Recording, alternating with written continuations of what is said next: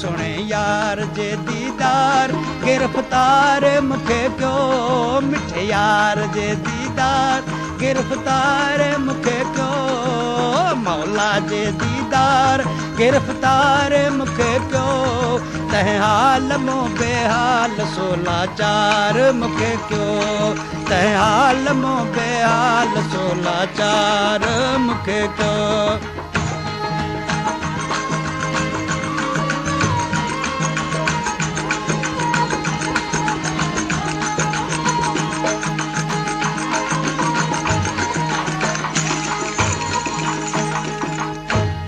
करना गहणन डंग विजन वंग वकोड़े करना गहणन डंग विजन वंग वकोड़े करना गहणन डंग विजन वंग वकोड़े जियां वार घुंडीदार जख्मदार मुखे क्यों जियां वार घुंडीदार जख्मदार मुखे क्यों सुन यार जे दीदार मो बेहाल सोला चार मुखे क्यों तह हाल मो बेहाल सोला चार मुखे क्यों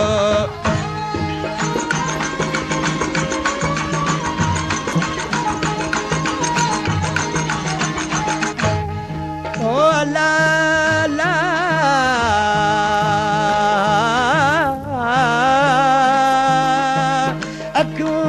अखिन जड़ियूं हिकड़ियूं पूरियूं ॿियूं कारियूं किन में कजल थोरो के मिशिल कटारियूं मूंखे उन्हनि अखिन मारियो जेके वतन री कजल कुमारियूं ला दीदूं दश दीदमान हणन कान कपारी दीदूं दश दीदमान हणन कान कपारी दीदूं दश दीदमान हणन कान कपारी अखियूं सरार कजलकार संगसार मुखे क्यों अखियूं सरार कजलकार संगसार मुखे क्यों सुन यार जे दीदार गिरफ्तार मुखे क्यों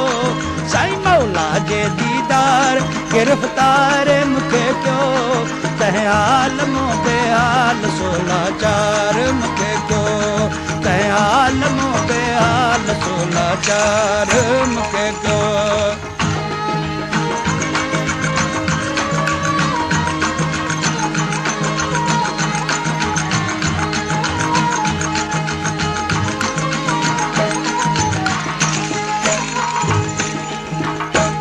मिठी मुर्क लबन लाल चपन चाल चनिया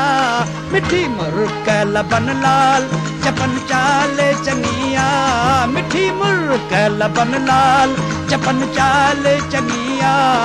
तह यार जे गुफ्तार सो हैरान मुखे क्यों तह यार जे गुफ्तार सो हैरान मुखे क्यों सुन यार जे दीदार मिठे यार जे दीदार गिरफ्तार मुखे क्यों मौला जे दीदार गिरफ्तार मुखे क्यों तह हाल मो बेहाल सोला चार मुखे क्यों तह हाल मो बेहाल सोला चार मुखे क्यों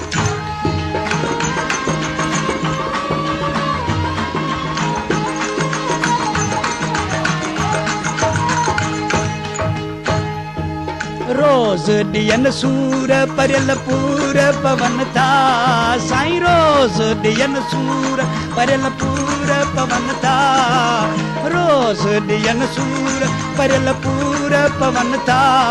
तह यार जे रुखसार तलबदार मुखे क्यों तह यार जे रुखसार तलबदार मुखे क्यों तह यार जे रुखसार तलबदार मुखे क्यों सुने यार जे दीदार मिठे यार जे दीदार गिरफ्तार मुखे क्यों मौला जे दीदार गिरफ्तार मुखे क्यों तह हाल मो बेहाल सोला चार मुखे क्यों तह हाल मो बेहाल सोला चार